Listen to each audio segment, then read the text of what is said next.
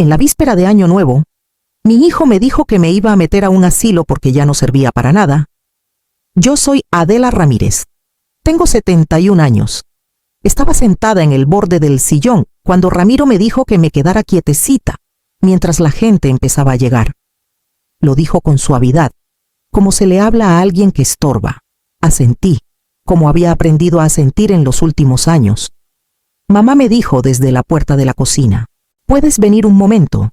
La historia que van a oír es una ficción creada por el equipo del canal Dolor Silente, basada en situaciones de la vida real para transmitir lecciones sobre familia, emociones y valores humanos. Todos los personajes y eventos son ilustrativos. Ramiro Ramírez tiene 44 años. Lo crié yo sola después de que su papá muriera. Lo seguí hasta la cocina, ya sintiéndome chiquita. Marisol estaba ahí también, parada cerca de la encimera con una sonrisa delgada y un folleto brillante doblado en la mano. Ramiro no alzó la voz. No parecía enojado. «Te vamos a poner en un asilo», dijo. «Ya estás demasiado grande para ser útil». Esperé el resto de la frase, la parte donde explicaba, la parte donde me preguntaba cómo me sentía. No llegó. «Ya está todo arreglado», agregó. «Hacemos el papeleo la semana que viene. Es lo mejor». Marisol deslizó el folleto sobre la encimera como si fuera una prueba. «Tienen actividades», dijo. «Gente de tu edad». Miré a mi hijo. No me sostuvo la mirada. Entendí entonces que eso no era una plática. Era un horario. Me fui a mi cuarto y armé una maleta. Ropa, cosas de baño, mi anillo de casada, las fotos viejas que guardaba en una caja de zapatos. Dejé todo lo demás. Dejé una notita corta en la cama. La hice sencilla, porque algo más largo me habría destrozado. Nadie se dio cuenta cuando me fui. En la terminal de autobuses, el ruido y las luces se mezclaban. El pecho se me apretó. Y las lágrimas vinieron fuertes y rápidas. No las podía parar. Una chava se agachó frente a mí. «¿Estás bien?», preguntó bajito. Le conté todo. Me escuchó. Luego se apartó. Sacó su celular y dijo al teléfono: «Papá». La encontré. Sonaba segura. Cuando el amor se convierte en un negocio a escondidas, no lo anuncia. Solo cambia las reglas. Después de que mi esposo murió, Ramiro se sentó frente a mí en la mesa de la cocina y dijo: «No debes vivir sola, mamá». Su voz era firme. «Práctica. Ven a quedarte con nosotros. Será mejor para todos». Vendí mi casa unos meses después. Cuando llegó el dinero, Ramiro dijo: «Tiene sentido juntar los recursos si te vas a mudar con nosotros». Transferí una parte para ayudar con el enganche. Me dio las gracias una vez. Marisol sonrió y dijo: «Ahora somos todos familia». Al principio, me sentía útil de una manera que parecía amor. Cocina las cenas, doblaba la ropa, cuidaba a los chamacos después de la escuela. Cuando Ramiro llegaba cansado, decía: «No sé cómo le haríamos sin ti». Esas palabras me mantuvieron más tiempo del que debieron. Luego el tono cambió. «Mamá, ¿ya comiste?», dijo Marisol una noche cuando alcancé un plato. «Pensé que íbamos a comer juntos», contesté. «Así es más fácil», dijo, sin mirarme. Las comidas cambiaron. La mía llegaba después, más chiquita, usualmente en mi cuarto. Cuando perdí mis lentes, Marisol se rió suavecito. «De veras deberías tener más cuidado a tu edad». Cuando repetí una anécdota, Ramiro me interrumpió. «Ya nos lo contaste». Me esforcé más. Me levantaba más temprano. Limpiaba sin hacer ruido. Pedía permiso antes de usar cosas que alguna vez había pagado. Cuando olvidé dónde puse el correo, Marisol dijo: «¿Ves? Eso es lo que digo». Terminamos manejando todo. Una tarde, la oí decirle a Ramiro: «La ayuda de tu mamá ya no vale el estrés». Ahí entendí la cuenta. No vivía ahí porque me quisieran. Vivía ahí porque era útil. Y la utilidad tiene fecha de caducidad. Nadie me dijo que el precio seguiría subiendo. Ramiro hablaba como la gente que quiere sonar razonable. Calmado, cuidado. Como si el tono pudiera suavizar el significado. «Es por seguridad», dijo. «Las caídas pasan. La responsabilidad cuenta. Hay que pensar a largo plazo». Me senté en la mesa y escuché. Asintiendo porque eso se había convertido en mi reflejo, Marisol agregó: los hogares existen por algo. Están equipados, estructurados. No es un castigo. Es práctico, dijo Ramiro. Irresponsable con el dinero. Esa palabra me llamó la atención. Con el dinero dudó. Luego dijo: hemos estado manejando tus cuentas desde hace un rato. Solo tenía sentido. Lo miré. ¿Manejando? No tienes que preocuparte por detalles, contestó. A tu edad, la consistencia es importante. Marisol se recargó. A veces te confundes, Adela. No queremos errores. Nunca he fallado un pago, dije. Que sepas, respondió ella. Ramiro carraspeó. El papeleo agilizará las cosas. Autoridad, acceso, todo es estándar. Autoridad, acceso. No lo dijo directo, pero entendí lo que rodeaba. Me paré. Las piernas me temblaban. No me preguntaron. Marisol se encogió de hombros. No pensamos que quisieras la carga de decidir. Ramiro por fin me miró. Así, ¿estás atendida? Atendida, repetí. Marisol tomó un bloc de notas de la encimera. Una vez que estés instalada, vamos a convertir tu cuarto. Un espacio tranquilo, para meditar. Será bueno para la casa. Mi cuarto, dije. No lo vas a necesitar, contestó fácil. El cuarto donde dormía. El cuarto con mis fotos. El cuarto que ayudé a pagar cuando les di para la casa. Ramiro miró el reloj. Hablamos más después de las fiestas. Sin prisa, pero había prisa. La sentía en el pecho, apretada y urgente. Ya habían decidido. Ya habían hablado con alguien. Ya habían planeado a dónde iría y quién firmaría por mí. Me fui a mi cuarto y cerré la puerta despacito, porque incluso entonces intentaba no armar lío. Empaqué solo lo que podía cargar. No discutí conmigo misma. No me quedé ahí pesando recuerdos. Tomé ropa para unos días, mis cosas de baño, la caja de zapatos con fotos que guardaba bajo la cama y mi anillo de casada. Dejé los muebles, dejé los diplomas enmarcados, dejé los trastes que lavaba todas las noches y el sofá donde ya no me dejaban sentar. Doblé todo con cuidado, como siempre lo había hecho. Las costumbres viejas no mueren fácil. Me senté en el escritorio chiquito y miré la hoja en blanco un buen rato. Quería explicarme. Quería decir cuánto dolía. Quería recordarle a Ramiro el niño que había sido. Nada de eso se sentía seguro para escribir. Así que la hice corta. No seré una carga más. Puse la nota en la cama donde la verían eventualmente. No la firmé. No hacía falta. Sabrían que era mía, de abajo. Oía voces subiendo y bajando, risas agudas con expectativa. Alguien dijo algo sobre champagne. Otro mencionó las decoraciones para la cuenta regresiva. Levanté la maleta y abrí la puerta. El pasillo estaba vacío. Me detuve, escuchando, esperando que alguien notara. Nadie lo hizo. En la puerta principal dudé. Presioné la mano plana contra la madera.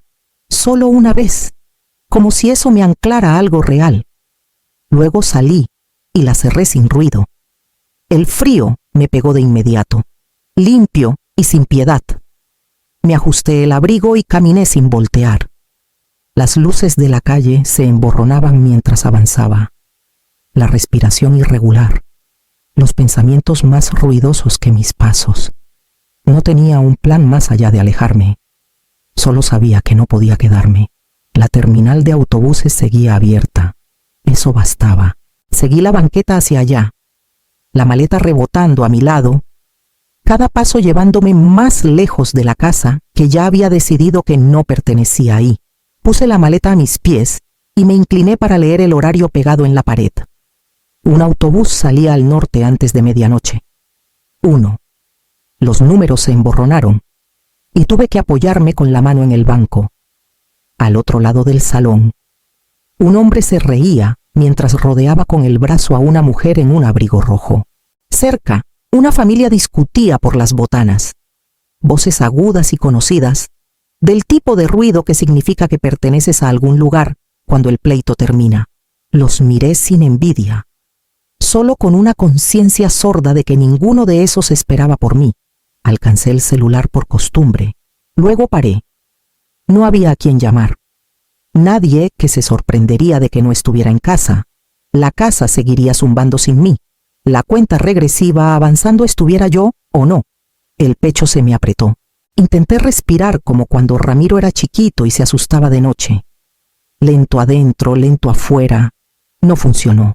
Las lágrimas vinieron de golpe, pesadas y ruidosas. Me incliné hacia adelante, las manos en la cara, los hombros temblando. Incluso entonces me daba vergüenza, avergonzada de ocupar espacio con mi dolor. Me dije que parara. No pude. Señora, dijo una voz suave. ¿Estás bien? Levanté la vista. Una chava estaba a unos pasos, el cabello oscuro recogido, un abrigo de invierno sobre un uniforme azul claro de hospital. No se acercó mucho. No me tocó. Esperó. Estoy bien, dije por automático. No discutió. Se acercó más y se agachó para que estuviéramos al mismo nivel. No pareces estar bien. Algo en su voz rompió lo último de mi contención. Asentí una vez, luego otra, y la historia salió en pedazos. Mi hijo, su decisión, el asilo, la maleta, la nota que no pude firmar. Me escuchó sin interrumpir. La expresión fija, su presencia firme y callada. Cuando terminé, me sequé la cara con la manga y esperé que se apartara. No lo hizo. Me llamo Rebeca López, dijo bajito. Me alegra haberme sentado. Se quedó ahí conmigo, como si el tiempo se hubiera detenido lo suficiente para que yo respirara de nuevo. No planeaba contarle todo a Rebeca. Solo pasó. Las palabras salían en trozos al principio, luego más rápido, más pesado, hasta que decía cosas que ni a mí misma me había admitido. El asilo, las cuentas que ya no controlaba, la forma en que mi hijo hablaba como si mi vida fuera un punto en una lista. Rebeca escuchaba con las manos cruzadas flojitas frente a ella, los ojos sin dejar mi cara. Cuando terminé, dijo, no hiciste nada malo. Solté una risa corta, rota. Él dice que es por mi bien. Sacudió la cabeza una vez. Eso no es cuidar, es controlar. Nos quedamos en silencio un momento. Luego preguntó, casi casual, ¿qué hacías antes de mudarte con ellos? Enseñaba, dije, en el kinder, por mucho tiempo. Su postura cambió un poquito. Cuando empezando en los 70 dije, me jubilé más tarde de lo planeado. Tragó saliva. ¿Dónde le dije el nombre de la escuela, el barrio? No se sentía importante. Rebeca miró sus manos. Luego a mí. ¿Te acuerdas de un alumno llamado Mateo? El nombre cayó suave. Luego resonó. Cerré los ojos. Vi un salón chiquito, un rincón de lectura, un niño que hablaba con cuidado, como si las palabras costaran. Mateo, dije lento. Era calladito, muy listo. Se sentaba cerca de la ventana. Rebeca contuvo el aliento. Usaba los mismos zapatos todos los días. Abrí los ojos. Eran muy chicos, dije. Las suelas se estaban despegando. No había pensado en eso en años. Recordaba cómo intentaba no correr, cómo hacía gestos de dolor sin quejarse, cómo llevé un par de zapatos una mañana y le dije que otro niño los había dejado chicos. Rebeca se paró de golpe. Necesito hacer una llamada. Se apartó unos pasos, la voz baja, urgente. Oí mi nombre. Oí la palabra terminal de autobuses. Oí certeza asentarse en su tono como algo definitivo. Cuando volvió, no se sentó de inmediato. Mi papá te ha estado buscando, dijo, por mucho tiempo. Sacó el celular, lo pegó a la oreja de nuevo y dijo, claro, papá, la encontré. Miré su cara mientras escuchaba, y por primera vez esa noche, sentí que el suelo se movía bajo la historia que creía estar viviendo. Me quedé muy quieta mientras Rebeca hablaba, como si cualquier movimiento rompiera lo que decía. Mi papá se llama Mateo López, dijo. Habla de ti como si fueras un hito en su vida. Sacudí la cabeza lento. Solo lo ayudé cuando lo necesitaba. No discutió. Llegó a casa un día con zapatos que le quedaban, dijo. Les dijo a mis abuelos que otro niño los había dejado chicos. Lo creyó por años. Recordaba lo cuidadosa que había sido. Sabía que sus papás trabajaban sin parar. Sabía que el orgullo les importaba. Nunca quise que se sintiera señalado o con lástima. Compraba cosas calladita, cuadernos extras, lápices. Un abrigo de segunda cuando el invierno llegó temprano. Nunca se lo dije a nadie, ni al director, ni a los otros maestros. No quería que se sintiera diferente, dije. Ya lo era. Rebeca asintió. Lo sabía. No los detalles, pero sabía que alguien lo vio. Me contó cómo su papá guardaba cada boleta que firmé, cómo salvó una foto de clase del kinder, doblada en las orillas de tanto llevarla de departamento en departamento, cómo, cuando tuvo éxito, intentó encontrarme, contrató gente, dijo bajito, revisó registros viejos de la escuela, preguntó en la secretaría, pensó que tal vez habías fallecido. Presioné la mano en la boca. Me mudé, dije. Después de jubilarme, no dejé dirección para reenviar. Lo sé, contestó. Nunca dejó de buscar. La idea me dolió el pecho de una forma que no esperaba. Había pasado años encogiéndome, creyendo que me habían olvidado porque ya no era necesaria. Y aquí estaba esta mujer diciéndome que había vivido en la memoria de alguien más, intacta e importante. Rebeca extendió la mano y tomó la mía. Nombró su fondo de becas por ti, dijo. Nunca te lo dijo porque no sabía cómo encontrarte. Sentí lágrimas juntarse de nuevo, pero estas eran diferentes. No eran agudas ni de pánico, eran pesadas, llenas. No cambié su vida, dije bajito. Rebeca apretó mi mano. Cambiaste cómo creía que funcionaba el mundo. Miró hacia la entrada de la terminal. La expresión fija ahora, con propósito. Viene en camino, dijo. Mateo López no corrió hacia nosotras. Caminó con decisión, el abrigo aún abotonado. La expresión fija. Cuando se detuvo frente a mí, parecía alguien que ya había decidido qué importaba. Señora Ramírez, dijo. Soy Mateo. Me paré, sin saber qué hacer con las manos. Adela, dije. Por favor.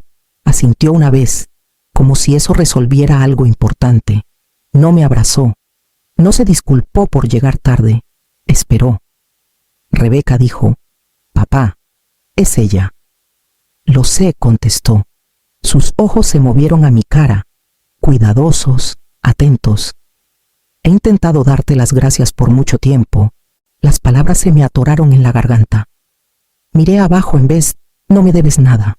No estoy de acuerdo. Dijo calmado, pero esta noche no es sobre eso. Nos sentamos. Me dejó hablar. No interrumpió cuando le conté del asilo. No reaccionó cuando expliqué las cuentas que ya no controlaba. Escuchó cómo escuchan los abogados cuando ya ven la forma de un problema. Cuando terminé, dijo, te amenazaron con colocarte sin consentimiento. Eso no es cuidar, es coerción, me encogí. No quiero problemas, no dije problemas, contestó. Dije límites. Rebeca lo miró de cerca. ¿Qué pasa después? Mateo se volvió a mí. Después, no regresas allá esta noche. Vienes con nosotros. Descansas. Mañana. Separamos tus finanzas y documentamos lo que han hecho. Luego, decides qué quieres. Y si digo que no pregunté, entonces lo respeto, dijo. Esto solo funciona si lo eliges tú. La simpleza de eso casi me deshizo. Pensé en la casa, la nota, la voz de Ramiro diciendo que ya estaba arreglado. Pensé en lo chiquita que me sentía al irme. Voy, dije. Mateo se paró. Bien. Rebeca apretó mi hombro, el alivio suavizando su cara. Mientras caminábamos hacia la salida, sentí algo moverse dentro de mí. No solo alivio, algo más firme. Por primera vez esa noche, el siguiente paso era mío. Mateo extendió los papeles sobre la mesa y habló sin drama. Estas transferencias no fueron regalos, fueron contribuciones con expectativas. Me miró. Tu consentimiento nunca se documentó. Rebeca se sentó a mi lado, callada, firme. La colocación siguió. Mateo se discutió sin evaluación médica, sin tu acuerdo, y con autoridad implícita que no tenían. Eso cuenta. Sentí la mandíbula apretarse. Dijeron que ya estaba arreglado. Asintió. Arreglado no significa legal. La llamada al banco vino primero. Mateo la puso en altavoz. Confirmaron nombres, revisaron cuentas. Una pausa. Luego una frase cuidadosa sobre restricciones temporales pendientes de verificación. Cuando terminó la llamada, el cuarto estaba muy quieto. Mi celular empezó a vibrar minutos después. El nombre de Ramiro iluminó la pantalla. Luego otra vez. Y otra. Vinieron mensajes de voz, su voz subiendo cada vez. Mamá, llámame, es un malentendido. No puedes hacer esto. El último se quebró. Por favor. Mateo deslizó una carpeta hacia mí. Nos comunicaremos por abogados. Eso te protege. No quiero castigarlo, dije. No lo estás, contestó. Estás poniendo límites. Las notificaciones salieron esa misma tarde. Lenguaje claro. Peticiones específicas, plazos, sin acusaciones, solo hechos. El asilo retiró su admisión después de revisar las circunstancias. La palabra ilegal apareció una vez, callada por escrito. Ramiro probó tácticas diferentes. Llamó a Rebeca, mandó correo a Mateo, pidió a conocidos mutuos que me checaran. Las llamadas pararon cuando las respuestas siguieron iguales. No hablé con él, no porque tuviera miedo, sino porque el silencio era el único límite que no había aprendido a cruzar. Una semana después, alguien mencionó que Ramiro había pedido tiempo en el trabajo. Otro dijo que una junta se pospuso. Nadie dijo por qué. Nadie necesitaba. Mateo me preguntó qué quería después. Quiero mi vida de vuelta, dije. Asintió. Entonces terminamos esto como se debe. Lo hicimos. Las cuentas se separaron. La autoridad volvió a mi nombre.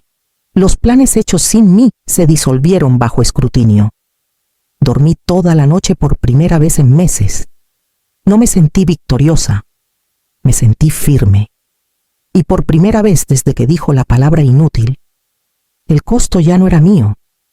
El primer documento que firmé ese enero solo tenía mi nombre, Adela Ramírez, sin acceso compartido, sin autoridad secundaria. Mateo deslizó el papel hacia mí y dijo, léelo despacio. Este es tuyo. Lo hice. Luego firmé. Las cuentas del banco se separaron en días. Los fondos que habían etiquetado como manejados volvieron a mi control. Mi contacto de emergencia cambió de mi hijo a Rebeca.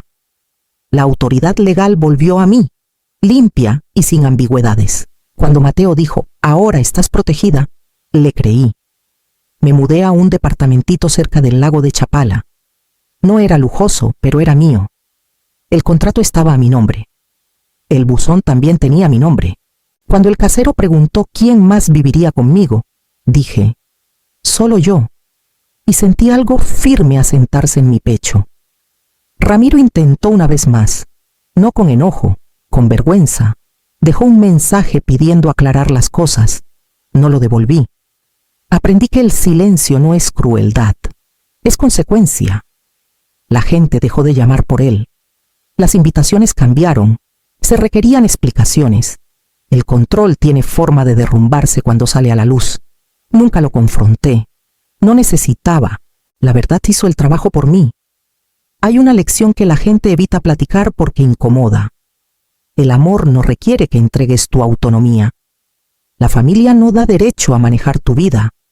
La edad no borra tu derecho a elegir. No era inútil. Era inconveniente para gente que se beneficiaba de mi obediencia. Si esta historia te tocó, tómate un momento para darle like al video y compártela con alguien que necesite oírla. Tus comentarios importan aquí. Suscribirte ayuda a que estas historias lleguen a otros que están aprendiendo. A veces tarde. Que la dignidad no se gana quedándote callado. Ahora despierto sabiendo dónde pertenezco. Elijo cuándo hablar. Elijo cuándo descansar. Elijo mi propio futuro. Y ya no desaparezco más.